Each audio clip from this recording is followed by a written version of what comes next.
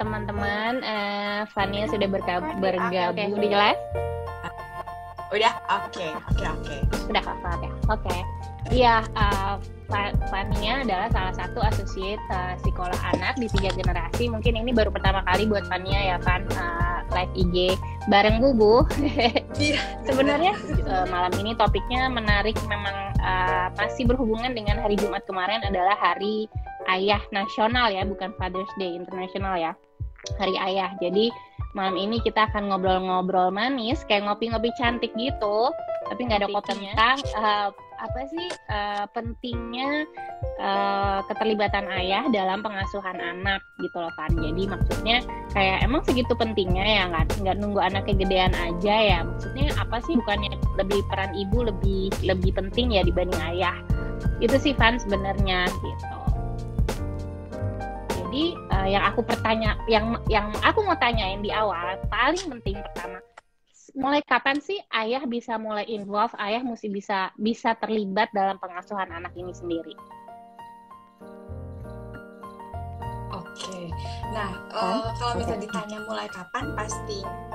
Halo, Mbak, udah kan? Suara aku jelas nggak? Iya, jelas.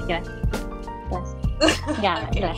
Ya, jadi kalau misalnya ditanya kapan mulai bisa involve gitu kan dalam pengasuhan, sebetulnya kan kita kalau misalnya kita ngomongin pengasuhan itu nggak mulai dari si anak itu lahir gitu ya, tapi ketika masih di dalam kandungan itu kan juga udah ada nih proses pengasuhannya gitu kan, walaupun anaknya ada di dalam perut ibu gitu kan, tapi sebetulnya nurturingnya udah mulai gitu. Jadi ayah tuh bisa banget mulai involve, mulai terlibat dalam kehidupan anak itu sebaiknya memang sejak masa kandungan gitu. Dengan apa caranya gitu kan, bukan ayah yang mengandung gitu kan, tapi kan bisa nih dengan memberikan dukungan sama ibunya gitu, dukungan berupa dukungan emosional, dukungan emosional itu bisa memberi perhatian, kasih sayang, dimanja-manja istrinya kayak gitu, atau misalnya dukungan berupa materi gitu kan, misalnya ibunya pengen apa dibeliin gitu, terus dikasih makanan yang enak nih, ibunya ngidam apa diturutin kayak gitu. Nah terus itu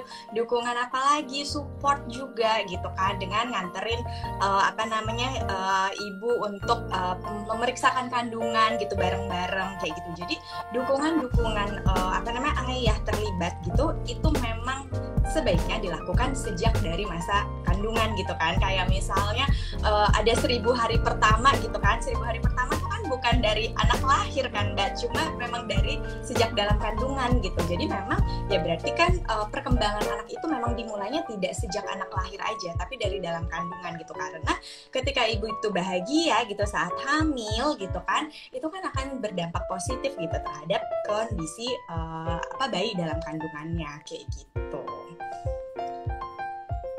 Oke, itu kalau ngomongin 1000 hari pertama ya. Nah, aku tuh pernah baca satu literatur di mana kalau ada primary roles-nya ayah itu tuh ada 3. Jadi kayak dia protector, terus provider kalau nggak salah ya, provider, sama dia yang ngedisiplininnya. Jadi kayak disiplinarian gitu loh. Jadi kayak 3 hal itu benar nggak sih?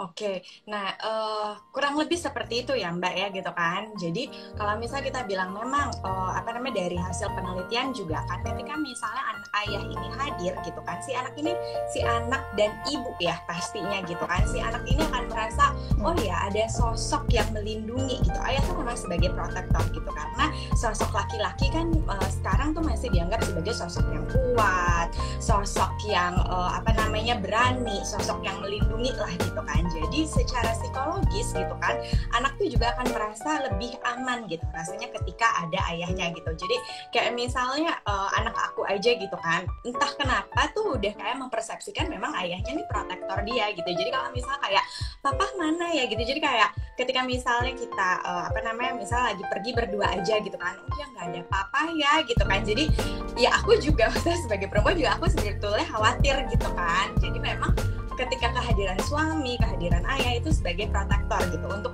kita gitu, untuk aku sebagai istri dan juga untuk anak aku gitu kan. Lalu juga provider gitu kan, yang memang tidak bisa dipungkiri ya Mbak gitu kan, sampai saat ini memang kebanyakan ayah itu masih sebagai sosok tulang punggung keluarga gitu, pencari nafkah utama gitu kan. Jadi memang dari dari literatur juga ketika sosok ayah itu ada gitu, ada dalam artian adalah dia dalam keluarga yang ideal gitu kan, maksudnya bukan dalam misalnya divorce family gitu, atau misalnya ayahnya pergi meninggalkan gitu kan, yang memang komplit gitu kan, di situ dimana ayahnya bekerja gitu. Nah pastinya kebutuhan keluarga itu bisa lebih baik terpenuhinya kayak gitu. Jadi si ibu juga akhirnya dia tidak perlu stres nih gitu untuk memikirkan gimana ya masalah ekonominya gitu, karena ada bantuan dari ayah kayak gitu kan. Lalu yang ketiga adalah sebagai disiplin kayak gitu. Jadi memang kalau ayah itu memang lebih tegas ya Mbak biasanya gitu kan.